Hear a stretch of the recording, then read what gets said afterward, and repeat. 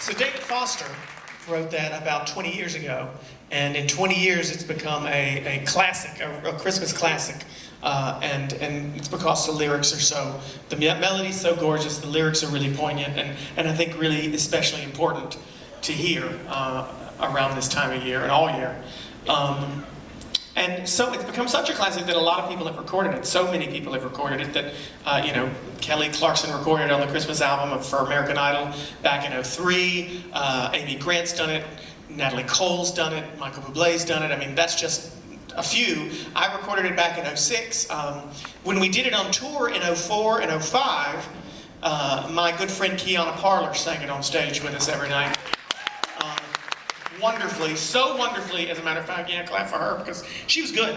And she did it so well that I stole it from her because I liked it so much, and I started singing it myself, and which meant I had two versions of the song. Her version's big and, you know, triumphant, and mine was kind of more stripped down. And when we started putting together this particular show and deciding what songs we wanted to sing on this tour, and what songs we were going to leave for another one, we looked at the orchestra charts, and we had all the orchestra charts for all of the songs, but we didn't have all of the orchestra charts for my grown-up Christmas list. We had half of my charts, and we had half of Kiana's. Kelly Clarkson had loaned us her charts from her version for Kiana to sing, so we had half of her charts and half of mine. We didn't have an entire set for the orchestra to play with, which pretty much meant no grown-up Christmas list for this tour. We weren't going to be able to do it. And then I called Ben up and I said, hey Ben, you know, here's the problem. I've got half of these and half of these. Is there anything that we can do? Well, fortunately, or not, you know, not necessarily my proudest moment, but I sing it in the same key as Kelly Clarkson does. So one day, puberty's gonna finish. I just feel it. I just know it. But since they were in the same key, Ben said, oh, I'm brilliant, I'm a genius, I can do anything. And so he took the song, and what you just heard was half of the orchestra playing the Kelly Clarkson version, and half of the orchestra playing my version, and then Ben did something special here in the middle, and made it all work. That is how brilliant and how much of a genius he is. Ben Cohn on the piano.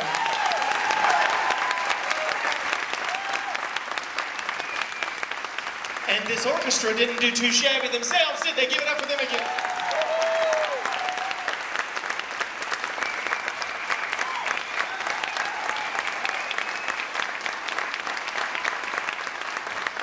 And back there, banging on the drums, Joe. Say hey to Joe. Joe, say hey to everybody.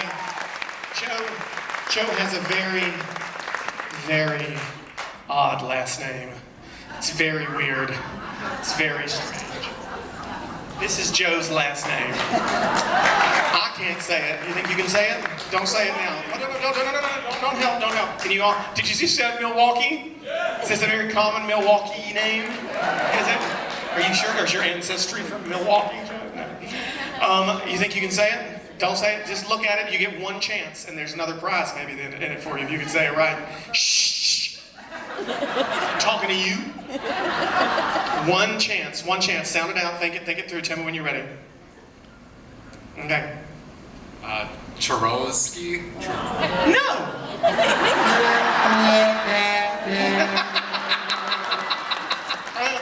Oh gosh, don't feel bad. No one has gotten it right yet. Nobody has gotten it right yet. Gives the trombone player something to do, doesn't it?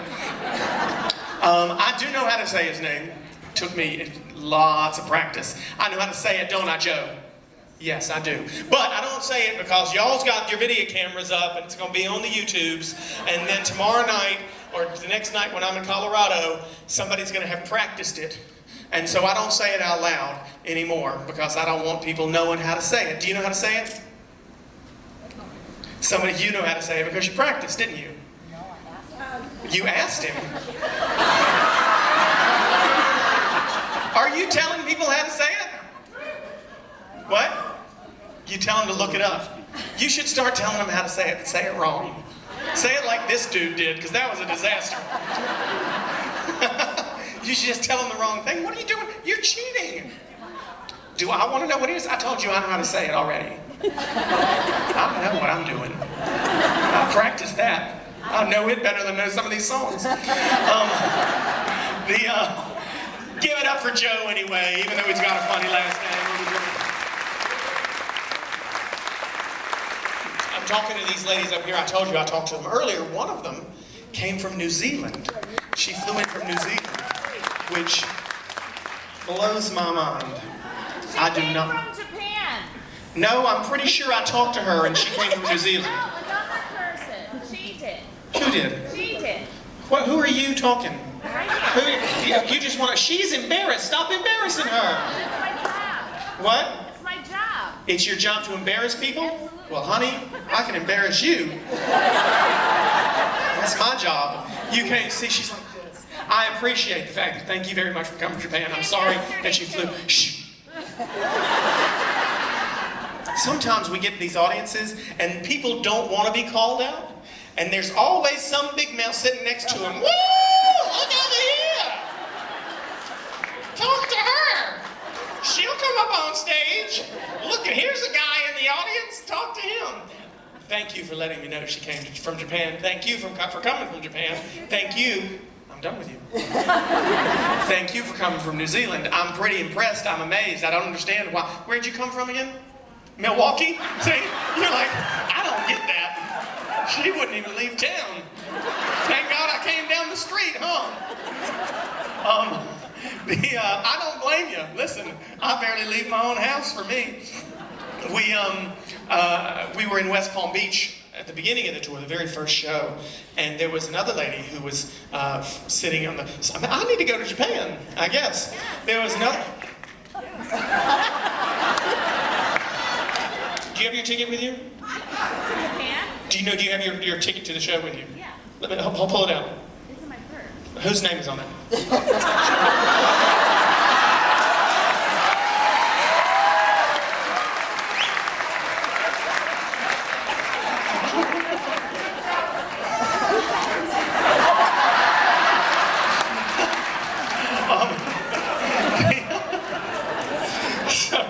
What was I talking about?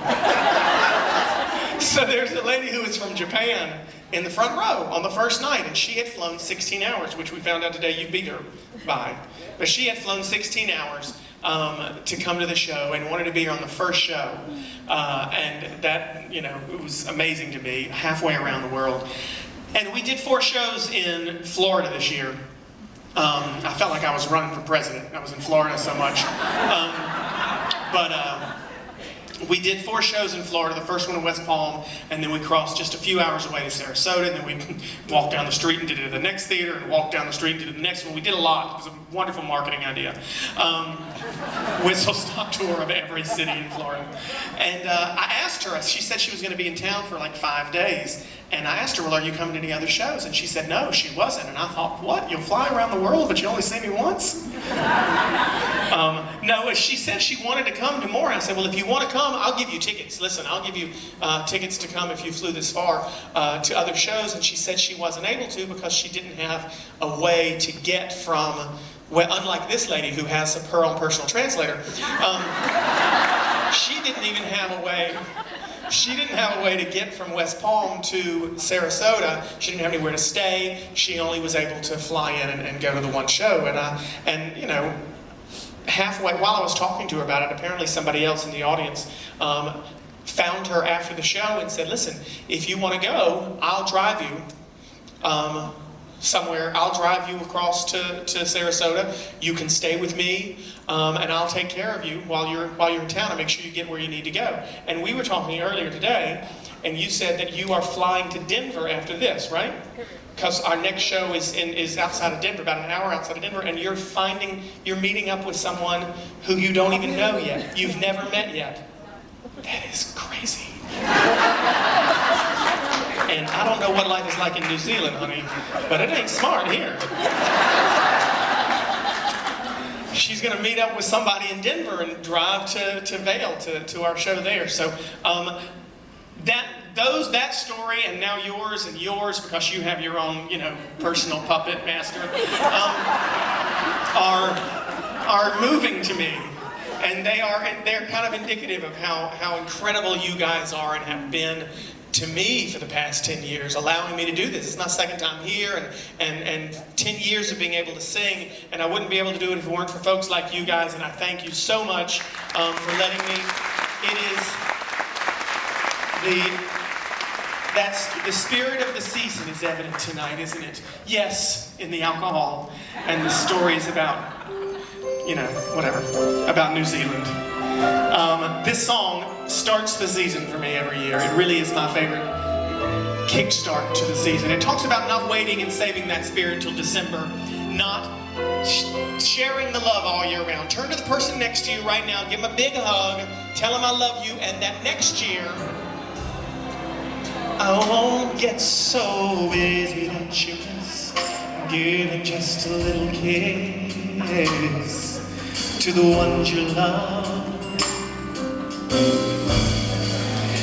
Don't even wait a little while to give them just a little smile.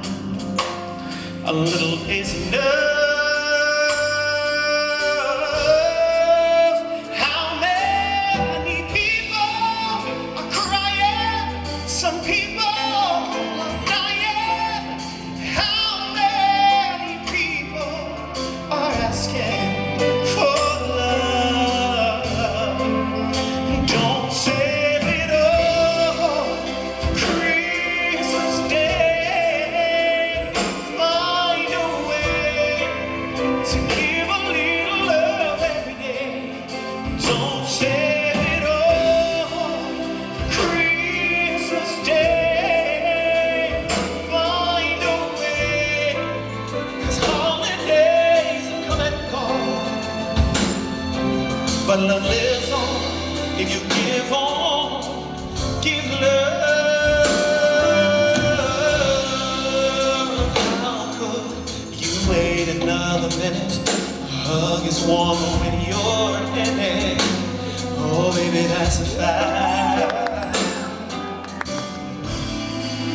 Saying I love you's always better. Seasons, reasons, they don't matter. So don't hold back. How many people in this world so needful in this world? How many people are praying for love? Don't save it all for Christmas Day. Find a way to give a little love every day. Don't save it all for Christmas Day. Find a way, 'cause holidays come and go,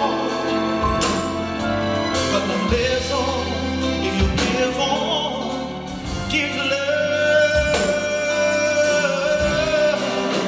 Live over children.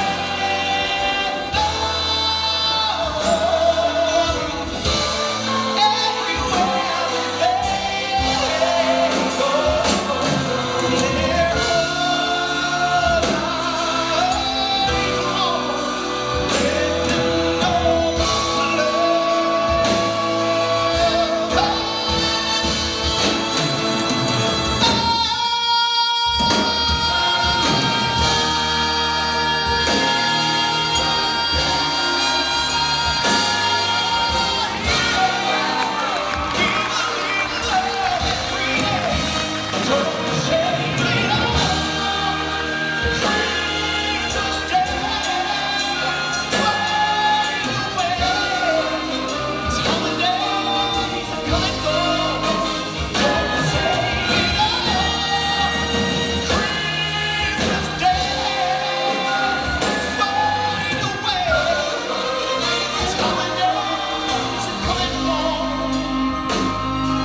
but love lives on if you give all, give love.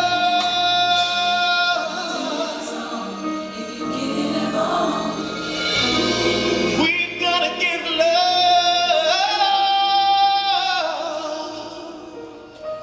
Merry Christmas, Milwaukee.